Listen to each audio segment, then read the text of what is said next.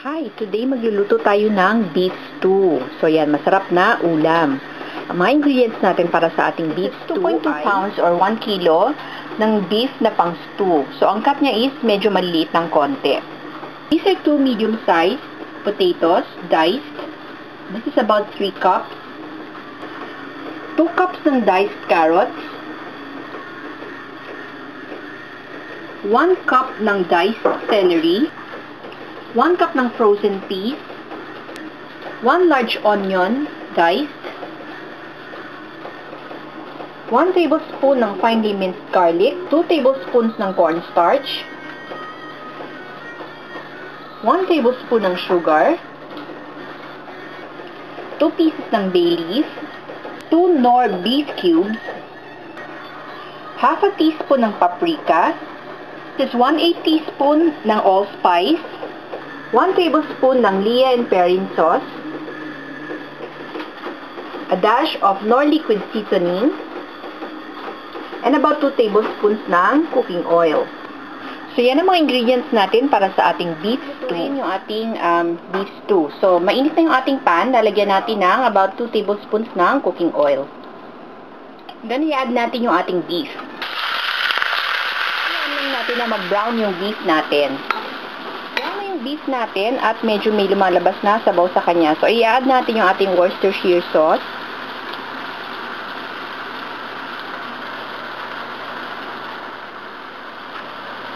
Yung ating garlic. Yung 2 piraso ng bay leaf. Our onions. Our salt. Yung ating Maggi seasoning. And about half a teaspoon ng ground black pepper. So, haluin lang natin to all together. And then we will add about 2 cups ng water. I-add na rin natin yung ating Knorr beef cubes. Yung ating paprika. Yung ating sugar. Pati na rin yung ating allspice. And then, tatakpan natin to at hayaan natin kumulo hanggang lumambot yung ating beef. So, balikan natin to. So, ngayon na malambot na yung ating beef, i-continue na natin yung pagluluto natin. So, i-add natin yung ating potatoes, pati na rin yung ating carrots.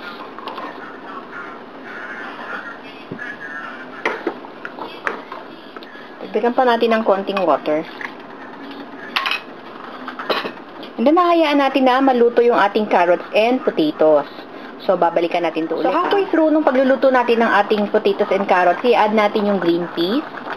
So, pwedeng dagdagan nyo yung green peas na ilalagay ninyo kung gusto niyo kasi ang pamilya ko mahilig sa green peas kaya medyo marami yung ilalagay ko. Pati na rin yung ating celery.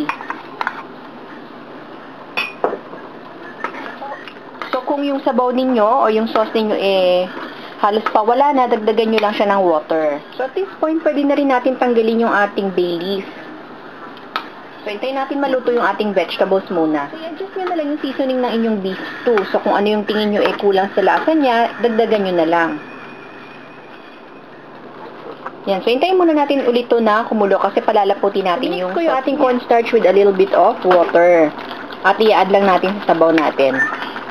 So, unti-unti ang dagdag ng cornstarch para pag na-achieve nyo na yung gusto nyo na lapot ng inyong beef stew, tigilan nyo na yung paglalagay.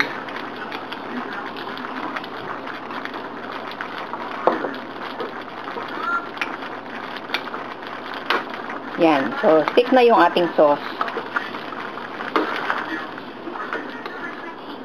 Yan. So, pag heated through na ulit yung ating beef stew, pwede na nating patayin yung apoy. So, we're serving our beef stew. So, tamang-tama ito kasama ng rice.